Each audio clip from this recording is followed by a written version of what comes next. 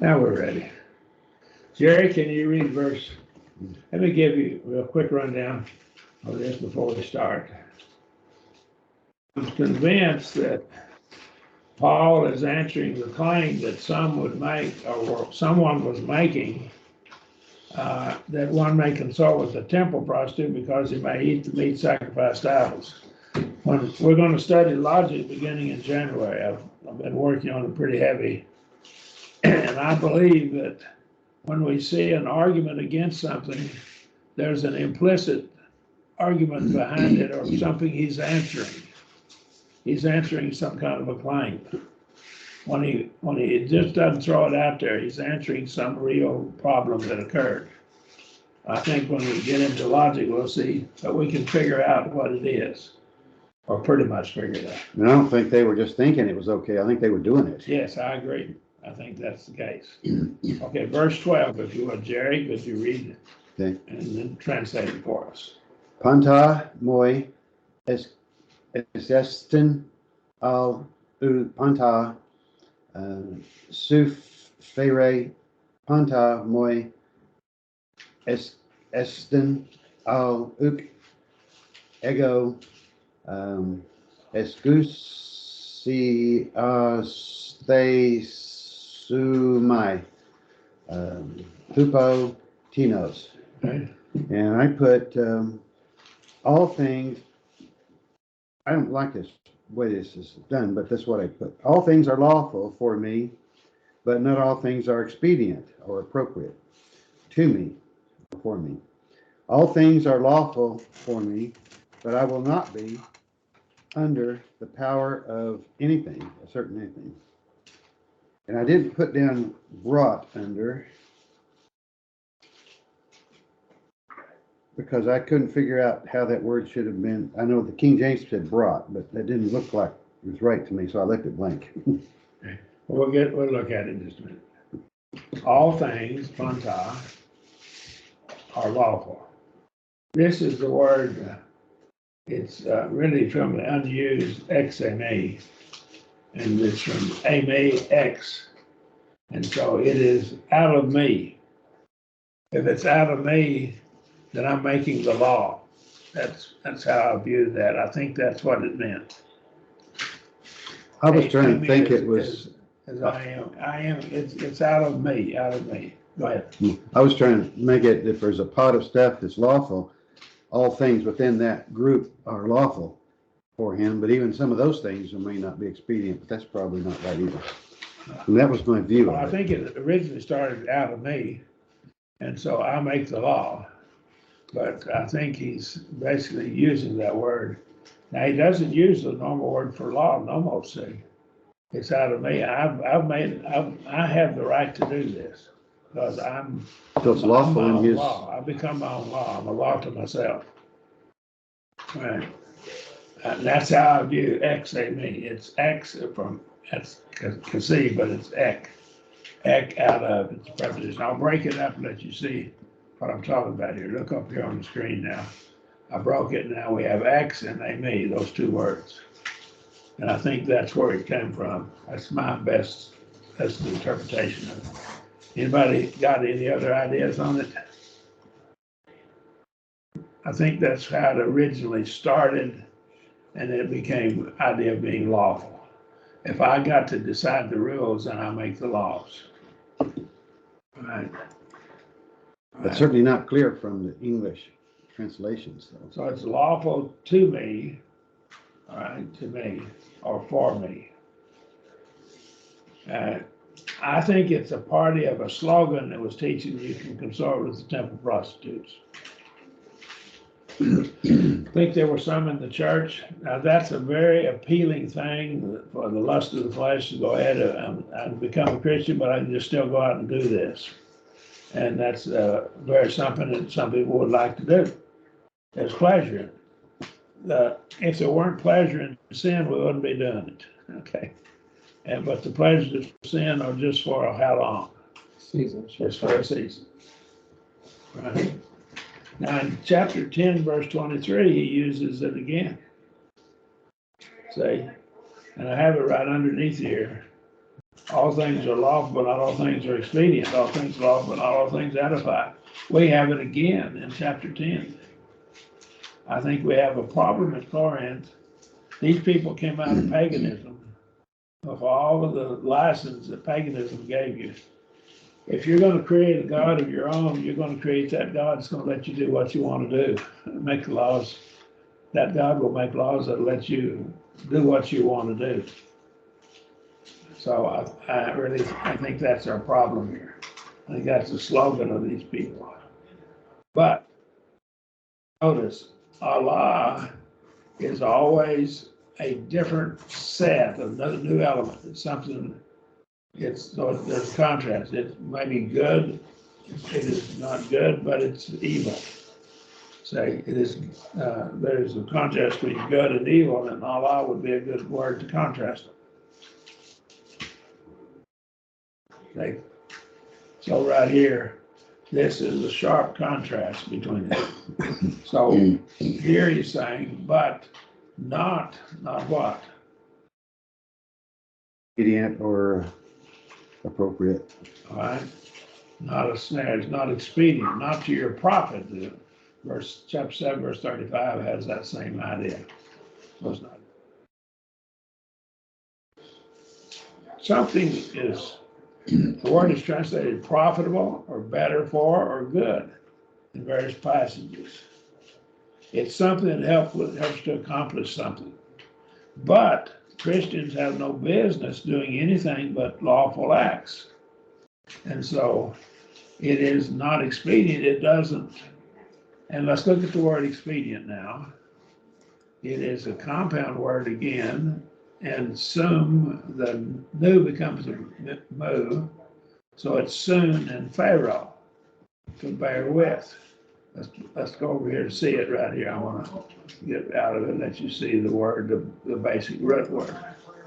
And it's soon and pharaoh, to bear with. Right? And so that's right there, to bear with, to bring, to contribute. It's not expedient. Now, I don't believe something we even ought to be talking about whether it's expedient or not if it's not lawful. Expedient is that it's going to help accomplish what you're trying to do. We have no business trying to do anything that's not lawful. So we first begin asking, is it a lawful act? If it's not lawful, the question of expediency is completely out the window. It's not lawful to consort with that temple prostitute. So you can't talk about this. So he's giving us a principle here. He's giving us a principle for something. And if the action is lawful as they were arguing, it still has to be expedient. It has to help out. It has to accomplish something good. All right? And so he's not giving the point that it's lawful. He's making an argument here. We're not allowed to ask whether or not something is expedient if it's not lawful. But he gives the point just for the sake of argument. Assume it's lawful, it's not expedient. So I would argue that this is the first reason to limit a lawful act. Even lawful acts can have limits. Okay? And if it's not expedient, we should not do it. So we need to deal with the expediency. And Romans 3:8 shows me there's no unlawful way to expedite a work of God. There's no unlawful way to do it. Now, does it help the cause of Christ for you to go out there and consort with the temple prostitutes? He's going to argue, he's answering their argument. Number one, your action, even if you're right that this is lawful, which he's not going to give that point, but for the sake of argument, let's give it, it's not expedient. So it has to expedite, it has to help the work, and that's not going to help.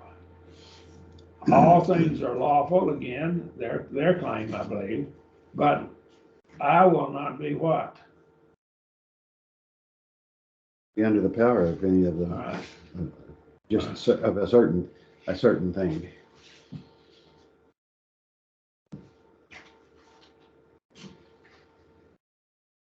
Okay.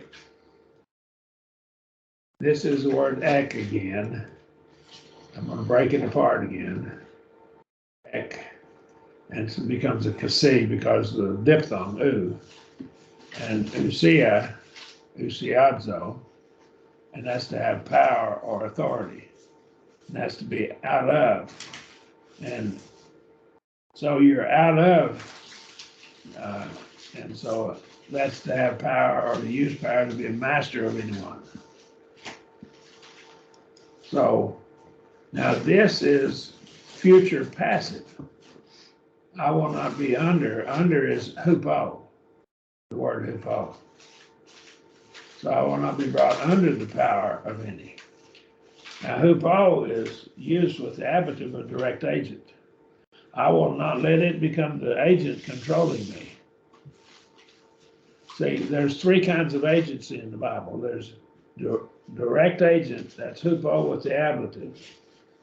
And then there's intermediate agent, dr with the genitive. And there's the instrumentality of instrumental case. Or we could have just the instrumental case, we could have an, epsilon nu n. So we have here three different ways of expressing agency. This is the primary agent. This is not the secondary agent. So here he's saying, look, you're letting it be the ruler of your whole life. See? Because it's the primary agent in your life. Well, God ought to be the primary agent in our life, in His Word. Does that make sense? Well, that's how I'm seeing this here. Jerry, any questions about that? No, I just, I'll not be under, I'll not let anything be my master to rule over me, exercise its authority over me. And that's passive voice. Be under the power of any. I will not submit myself, see? I will not be submissive to any other authority other than the authority of God. And I think that's kind of in the background of it here. I'm not allow anything to bring me under its power or authority. The certain thing here in tenos is a certain thing. I think it's referring back to the fornication. I will not let fornication be my God, be my ruler. I won't let it dominate me. So we got two reasons not to, or to limit even lawful acts. Giving hypothetically, just for the sake of argument, that it is lawful to do this. You still got to worry about two things. Does it enslave me or bring me under its power, or is it expedient? If it's not expedient, I don't do it. If it enslaves me, brings me under its power, I don't do it. So does it hinder the cause of Christ? So we have two principles here now. We look at even lawful things and say, does this hinder the cause of Christ? Okay. And if we answer yes, we what? We don't do it. in this case, even getting married would have hindered the work of Christ that he was doing, and so he wouldn't do that either. He didn't have to get married. I think he was able to do more work as a single man. Okay. Not that it's wrong to marry, because he said it's not. Okay. Paul is saying that even if hypothetically you could prove this lawful to consort with a temple prostitute, it's still not proper because it's not expedient and it's enslaving. Does that make sense? He's answered their arguments and given two principles by which we need to always interpret the Bible and my actions. So that would help us to see such things as if we went into some country like Italy or Ireland, and we're going to go into worship there. I took my wife and my wife Linda with me, and we went to Ireland, and they asked me to preach. I would have my wife to have her head covering on. Why? They all had it. They think it's necessary. and it would become a stumbling block. Does she have to do that from a biblical standpoint? Only she needs to do it because it can be a detrimental, a stumbling block to others. It's the only reason she would need to do it. Am I making sense what I'm saying? All right, what if I went into a country that all the men wore beards and they looked down upon you, and it was something that they wouldn't listen to you preach if you didn't have a beard? What would I do? I'd grow a beard. I'd have to not preach because there's no way I could grow a beard. So. Okay, so am I making sense? That's what I do. Any questions there? All right. In America, we'll get to chapter 11 later, but in America, we take our hat off to pray when a prayer is said, don't we? The Bible does not require that, except under this principle here of let's not be a stumbling block to other people.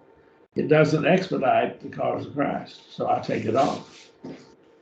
I translate it this way: all things, and the word all must be defined by the immediate context now, are lawful for me to me. I think he's quoting them, but not all things are expedient. All things are lawful for me, but not be brought into the power of any. I think he's answered their arguments, given us principles to live by, generic principles. Any questions? With the translation, though, unless you knew the Greek and you looked at the X on that, then you couldn't get that from any translation that I know of. I know sometimes the Greek, the best commentary is looking at the Greek. Okay. All right. That's where I do have a question. Go ahead. I'm sorry. What extent does that go to when you talked about the head covering? In other words, we're going to cover that in chapter 11. Can we put it off to then? Sure. Well, no, the chapter 11 deals with having a head covering to begin with. Yeah. The example you gave was the congregation you attended. I asked you to speak, and your wife wore a covering to avoid offending the rest of the brethren because they wore them. Correct? Yeah. I'd say that's where you're expediting, and I think we get that principle from this right here and other passages as well. To what extent does that apply? In other words, what if you have a congregation that's not fully the same way, so to speak? In other words, 70% you walk in and 70% are wearing a head covering, or 30%. Does it matter? Some would. Well, if it's gonna cause a fuss, I would go ahead and yield to it. Go ahead and wear the head covering. Well, it could cause the fuss the other way with the 30% that doesn't believe it's necessary. Yeah. But they need to understand it's not wrong to wear the head covering. It's wrong to make it a law. Okay. But in that mixed scenario, presumably they've already come to peace as a group, you would assume, if they're both kind of some doing it, some not. Yeah. In that scenario, I think that probably would be a good assumption. I'm not going to get in a fuss with brethren over something that is not, that I don't believe is sinful. I'm not going to get in a fuss with them. But you'll yield as far as where. I'm sorry. I'm sorry. I'm sorry, sir. You were speaking. I thought you were done. No, go ahead. You said you would not get in a fuss with them on that given situation, but yet you would yield in those cases regardless. Is that correct? I mean, I'll do what now? Yield. you're saying it's not sinful as long as it's something that's not sinful, correct? Yes. So, all right, I think I'm going to mull it over some more. But thank you. I appreciate your feedback. Okay. Well, if you have my book on the role of women, I deal with chapter 11 in some great detail and the principles in it. And I'll devote a whole chapter to that chapter in that book. Yes, sir. Okay. But we'll go through that when we get to chapter 11, and I'll have everyone to read my chapter on the book too. Okay, let's go further now. All right, now, next one, Chris, could you read this for us, please? Yes. Ta bromata te colia, kai he colia. Tois bromosin ho de theo kai, tatain kai, tata, tato, vergese, to de soma, hu te, pornia, ala to curio, kai, ho curios, to somate. And so I have, yet the body is not for immorality, but for the Lord, and the Lord for the body. You Did I got the put the last wrong one? part. You got the last. Oh, I put the last one there. So the food to the stomach, and the stomach for the food, but the God and the stomach of both of these will do away with the body. The body not for fornication, but for the Lord, and the Lord to the body. Okay. There's some elliptical words there that are probably implied. He says meats for the belly, cholia, colon, and the colon, cholia, for the meats.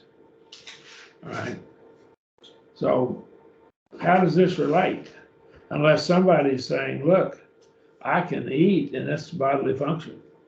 I can eat meat, and you've told me I can eat that meat that was sacrificed to idols. So I can go over here, if I can eat that meat, I can surely go over here, because that's just a function of my, just eating. So I can go over here and I can consort with that temple prostitute, like I used to do, because that's just a normal bodily function too. And that's how the world thinks now. The people in the world think that way now, right? Just like animals. They don't have a limitation on it. The meats for the belly, the colon, and the colon for the meats. So the colon is for meat, and the meat's for the colon. So, but what? But God what? Shall do what? Bring both of these to an end. These things he shall bring to an end, shall destroy. But the what? But the body is not for fornication. Okay, now see, the colon is part of the body, isn't it? Mm-hmm. The body itself is never, no part of the body was designed for fornication.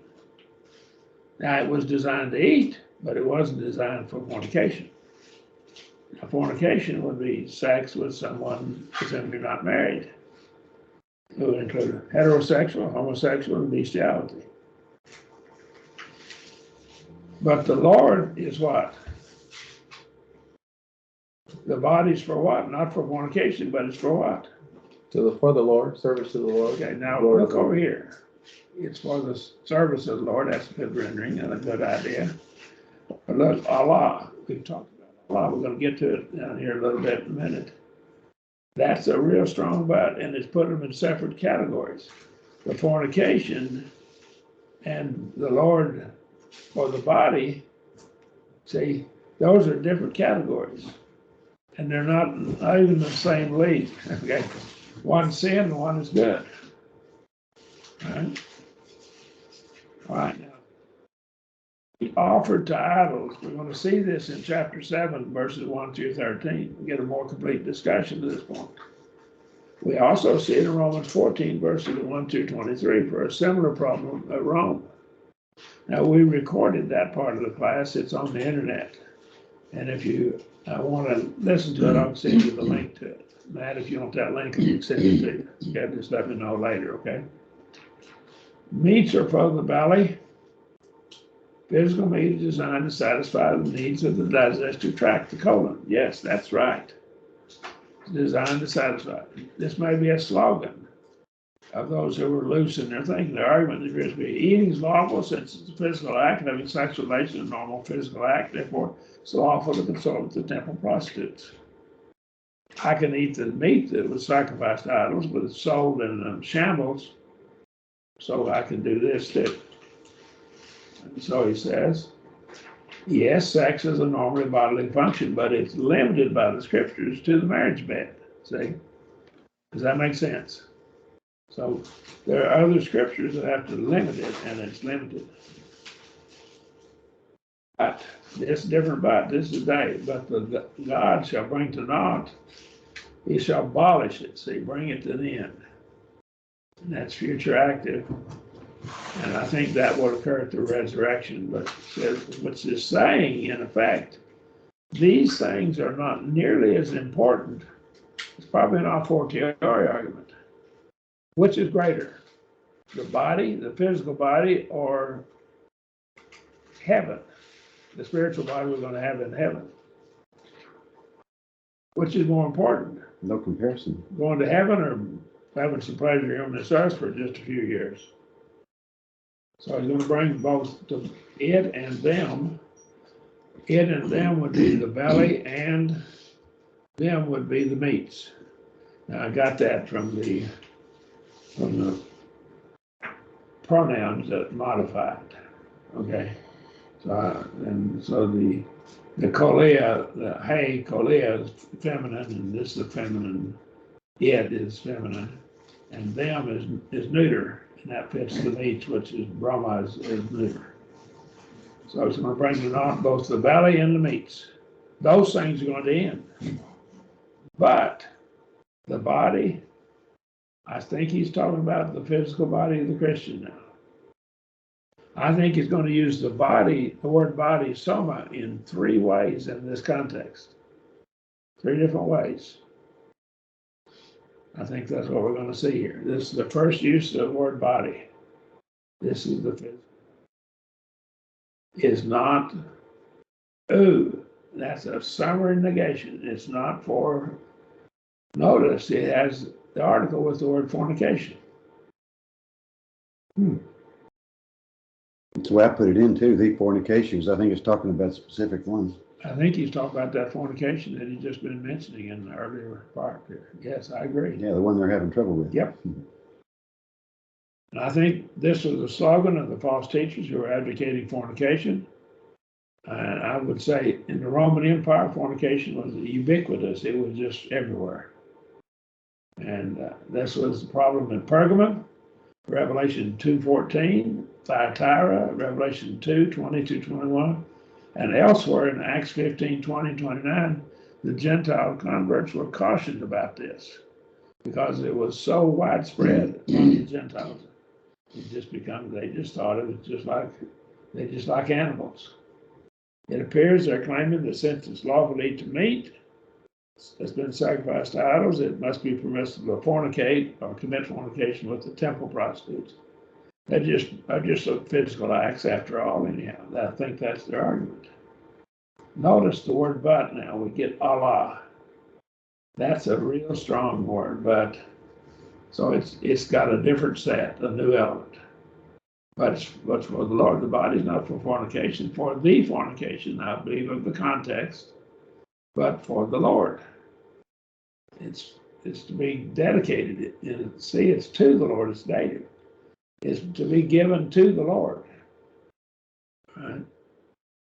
And I go to Romans 12:1 and through about verse 5 to get more information. We're not going to go into that more fully.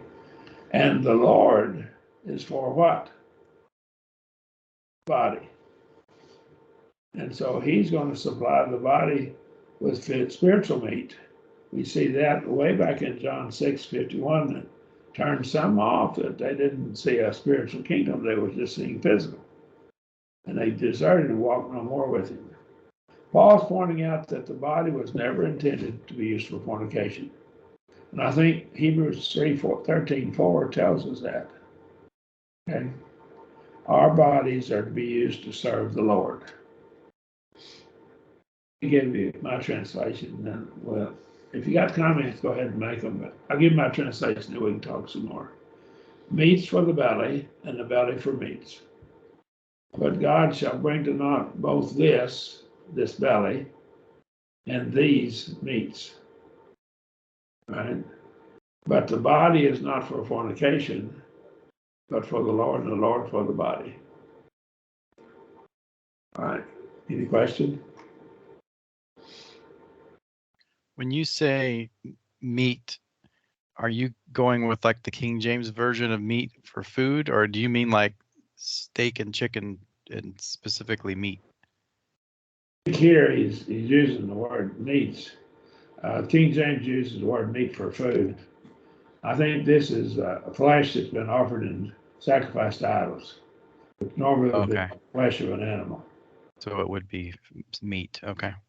But even some of the false worship, even some worship to God was also with meal and oil.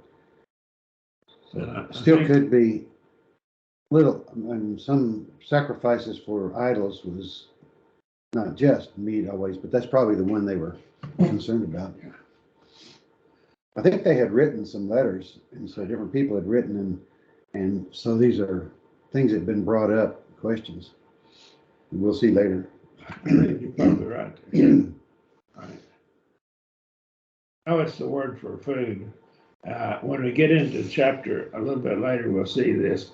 Romans 14, if you have my notes on Romans 14, I wrote notes on Romans, I discuss there's words there, but it's generic word meats and then a specific word meats offered in sacrifice. Okay. All right. I footnoted the translation here when I had fornication. I said, with the article, this refers to the fornication in the immediate context. However, all fornication is sinful. Okay. Any question there? All right. Next verse, and we go to, I think we just had two. Yeah, so far too. Two. James, can you do this one for us? Yes, sir. O de theos kai ton kurion, egeren kai hemas, exegere diates duna meos autu. And I translated that, and God raised up the Lord, and he will raise us up through his power. Okay. So he's talking about the resurrection, see? And so that resurrection is much greater than the physical body. It's going to be a different kind of body. Yeah. He raised up the Lord.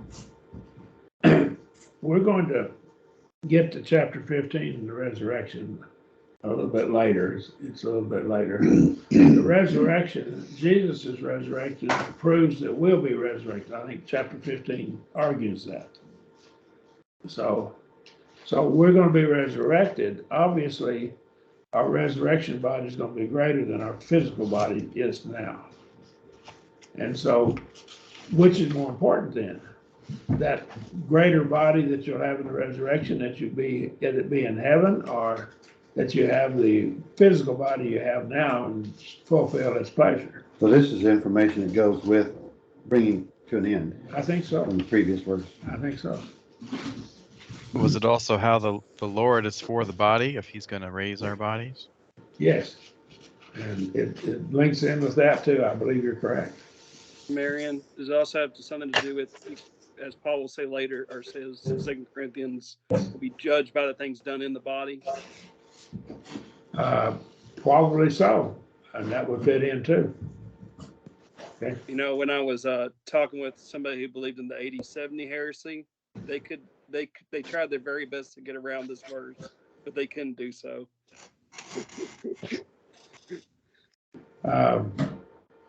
They'll go to, well, okay, I'm gonna get off.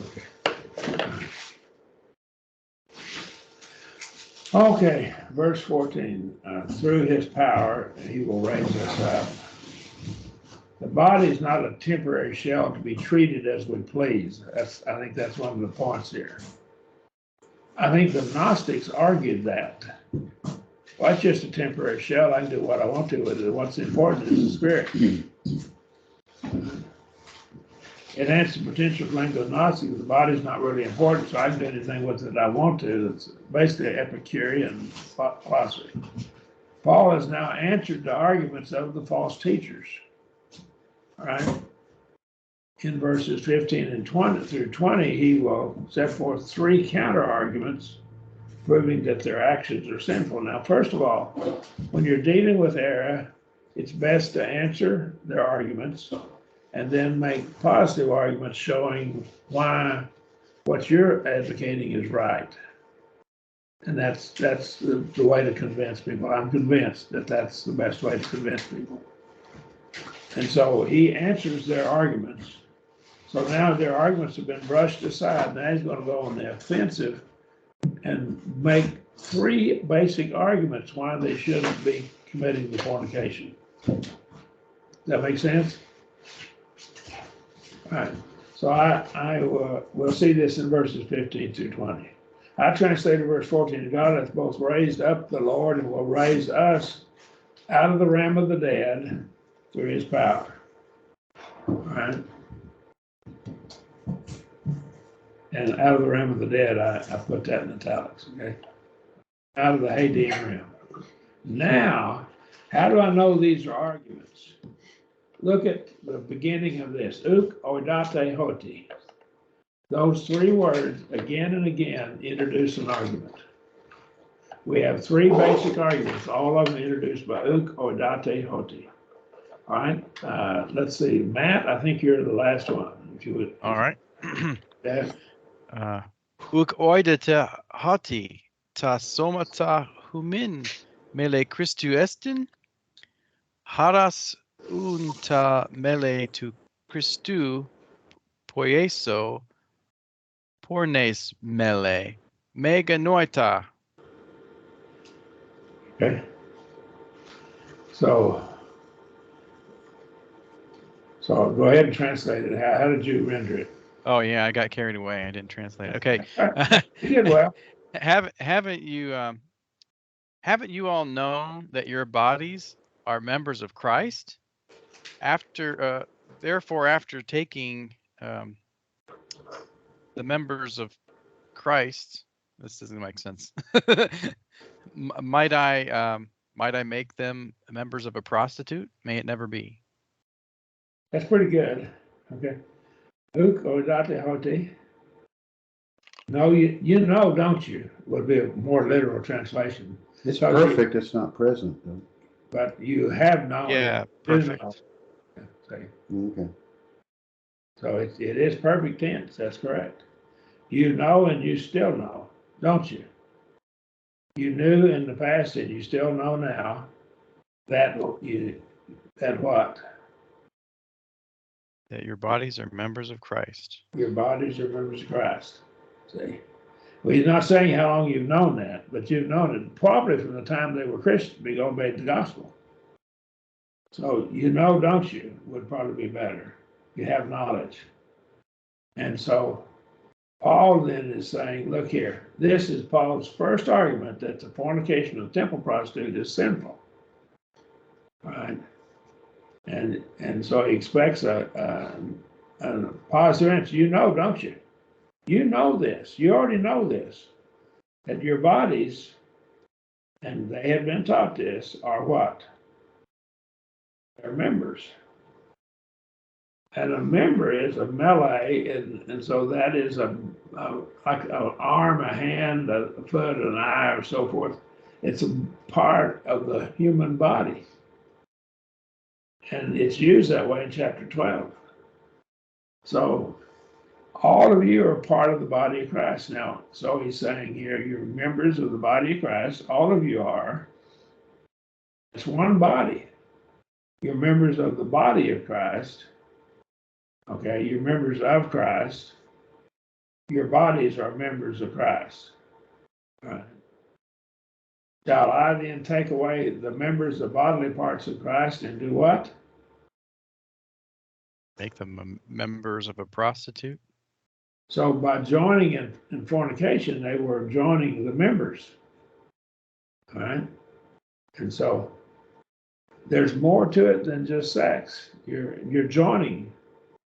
And then he says, King James American Standard, the American Standard followed the King James on us, had, I think, a 2/3 vote to change it. And so they went with God forbid, which is not a good translation. So how did you render that? Go back, if you would. I said, may it never be. May it never be. I think that's a good render. It's operative middle voice. Don't think such a thought would be kind of a loose thought. May it not be, and that's how I translated it at the bottom of the screen, at the top of your screen, you can see it there. It's a strong statement. Let it not become so, because it was That's- the beginning of something. That's good too, okay, right? I went ahead and did this, and I put PL on the words you to indicate plural.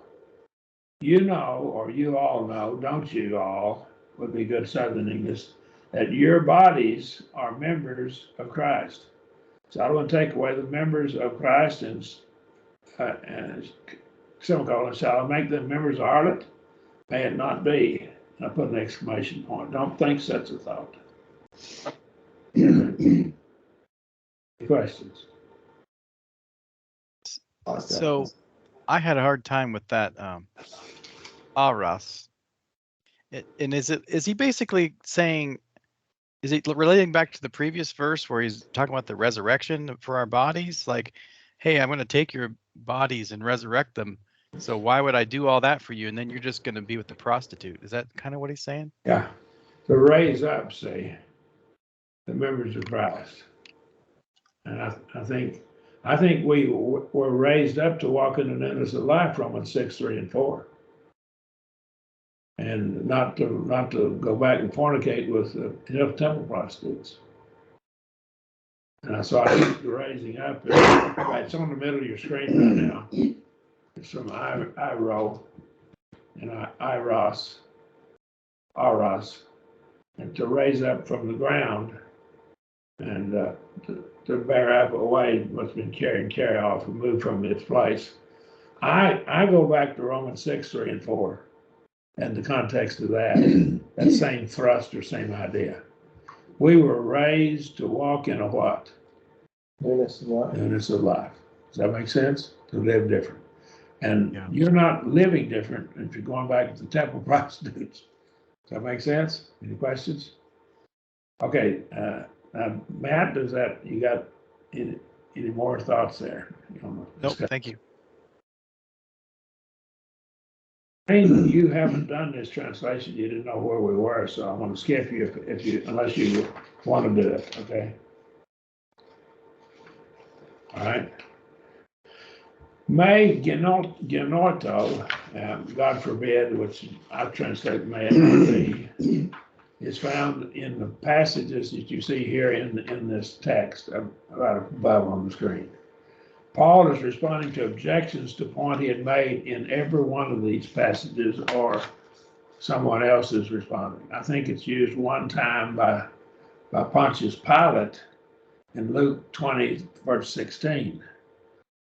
And he's trying to convince Jesus to change his mind about doing something. Jesus wouldn't answer some of his questions, but some of them he did answer.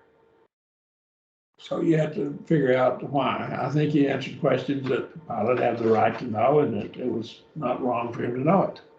Okay? All right? Any question? Verse 16. Next, uk odate hote. And we're back to Jerry, if you would, Jerry. Euk oidate hoti. Oh, I'm going to read it on the board. Mine's messy. Hoti o kolo minos te porne in soma estontai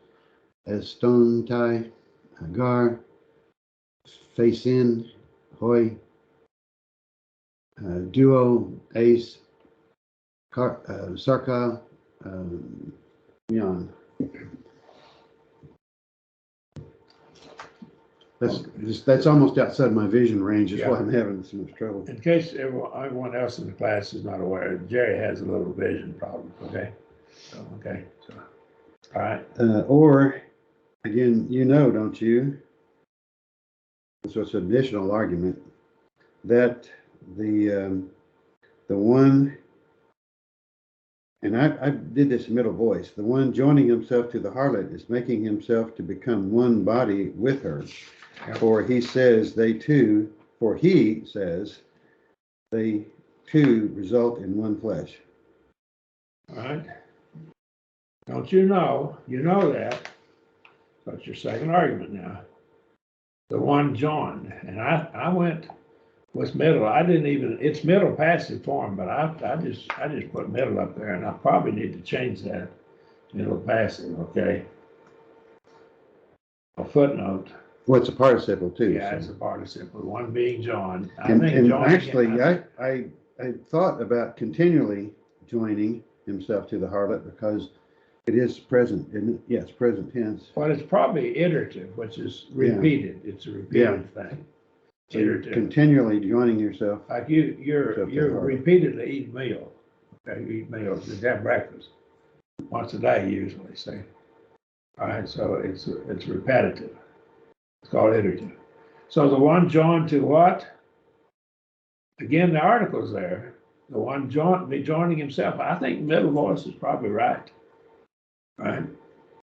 To the harlot, she's a temple prostitute. I'm satisfied. All right? Is what? I put submittal also, making himself to become one body with her. All right? Because Christ already determined that if you have sexual intercourse with it, you're joining your body into one body. He is one body. And that's active voice, see? He's one body.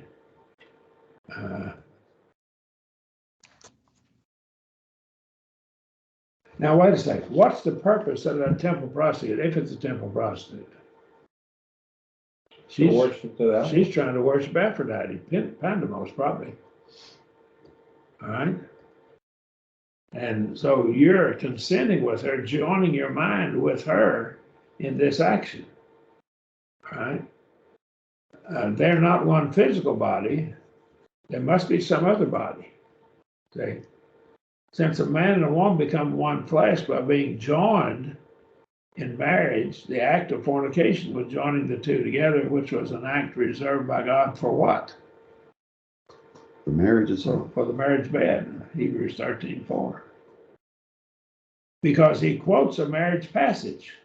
See? Two shall become what? This is God's intention. So God intended that this act be performed where? In the what? Hebrews 13:4. In the marriage bed. And they shall become one flesh. And so that's the husband and wife becoming one flesh. I don't think that's necessarily the sex act. I think it's more than that. It includes it. But I think it includes a unity of the two of them working together as a team. And they have the same purpose I think the main purpose for man and woman ought to be to help each other get to heaven. That's ought to be their first purpose in getting married to one another. I really believe that should be your first purpose. And other purposes then fall under that. Okay? Am I making sense? And I think we're going to see evidence of this, and I'll make an argument for this in chapter 7. So they become one flesh. The words body and flesh are equated in this passage. I think it can be interchanged in other passages where that expression is found. Now, here there are other passages where it's found on the bottom of the screen. Genesis 2:24, it's a quote of that. Matthew 19:5 and 6. Mark 10:7 and 8. Ephesians 5:31, of course, here. Paul's saying that they became one body in marriage and becoming one body or one flesh. You're doing something that God reserved for the marriage bed. Any questions? Yes. Yes, go ahead. You say. You're speaking as if, and I want to be sure I understand that this is a guy, I'm using the word guy, I don't know, could be a woman, I suppose, but this is a guy that went to the temple and had relationships with a prostitute, and they're becoming one body by doing so? I think he's saying you're doing something, what you're doing is something that God reserved for the marriage bed. You're in effect, like you're becoming one body with her. You've joined yourself to her. But what you're doing is you're doing something You know you're not that either joined to her is one body, you become one body with her. Well, I have to wonder if And the that married, sex act is part of this. Not, I don't think it's the whole thing though. Go ahead, I'm sorry. well, yeah, you said that he's becoming one body with her. And I have to wonder if this doesn't relate to a man that's married to a prostitute. If the marriage is one thing and God's bonding's another. And so with the prostitute and the temple situation, with I don't know how many acts going on a day with people coming and going, all that, God, I don't believe would be bonding those relationships in marriage, so to speak. But in this case, could it be a guy that is married to a prostitute that continues to be one? And he's pointing out to them that the marriage relationship is sacred to those individuals as a married couple, and it's not to be used for fornication, and that if that were to continue for that individual, he needs to leave that relationship. Well, he's not, I think he's condemning the fornication that the man is committing. But we'll just have to get back with it. We rang our bell, that got me off the hook. And I'll study it some more. We'll come back to verse 16 next week. Is that all right for everybody? Yeah. Thank you, sir. Now give us something to chew on there, James. Okay. Just thought I'd ask. Okay.